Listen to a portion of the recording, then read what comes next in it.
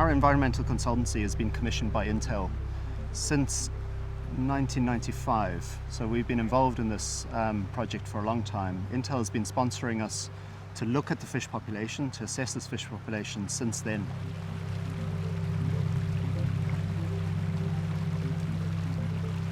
We're here on the Rye water. The guys behind us are processing the fish that the fisheries staff have caught. As part of any sort of ecological study, you need a huge team, and you need a really good qualified team. So we have a bunch of postgraduate students here, but we couldn't have done this work on the fish population without the help of Inland Fisheries Ireland. They do this on a routine basis. They've been really important to actually manage to conduct the research that we've been able to do. We're trying to assess the population structure, how many fry we have, how many sort of 1+ fish, so 1-year-olds, 2-year-olds, 3-year-olds, and how sustainable that population is. So we're looking at both brown trout and salmon. We have a really good healthy stock of salmon in the Rye water. So we're trying to see, what's actually causing fluctuations in their populations, and are their populations staying stable. Because we've got such a long set of data, we can actually look at these kind of oscillations, and we've had huge changes. So we have a couple of years of huge fry numbers, so they have a really good successful reproductive period, and then we've got a drop in those, and then we've got sort of the larger population kind of maintaining their numbers. And we looked at these patterns and we tried to correlate them with various things like water quality, flooding events, etc. And what we're finding is actually it's the northern oscillation weather pattern that really affects the population. So it's really surprising. We would think it's more sort of localized conditions that are affecting things. So if you think that, if that's so important, then our effect on climate change is very significant, because if it's affecting those kind of patterns, it's going to affect what we find here on the Rye water. Freshwater systems are under significant threat in Ireland. We've seen water quality decrease year on year across the country.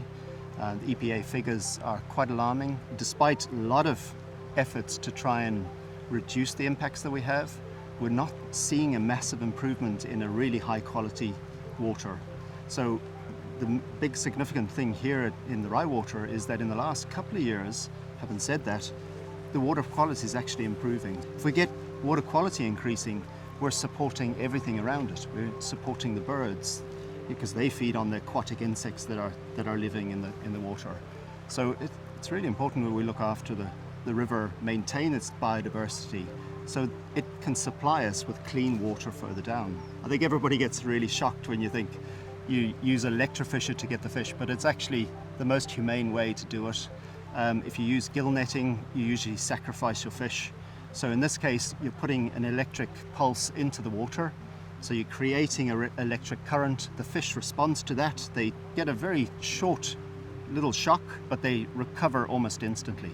And then it's just a matter of managing that so that they maintain that condition, and then they get returned within sort of 20-30 minutes. So the electrofishing has no harm on them at all. We've been involved with this for the last 25 years. We've been looking at the fish population, we've looked at invertebrates for a long period of time. We're also looking to try and improve the water quality. So the Friends of the Rye are looking at this, and Intel's is a big part of this.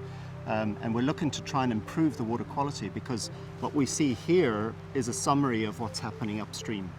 Our role really is to facilitate this and to actually do the quantitative scientific work to see whether we actually do get improvements. Some of our undergraduate students have been involved in some of these projects, so it has educational value, and then we try and publish this work so it becomes informative for the rest of Ireland and also for the rest of Europe.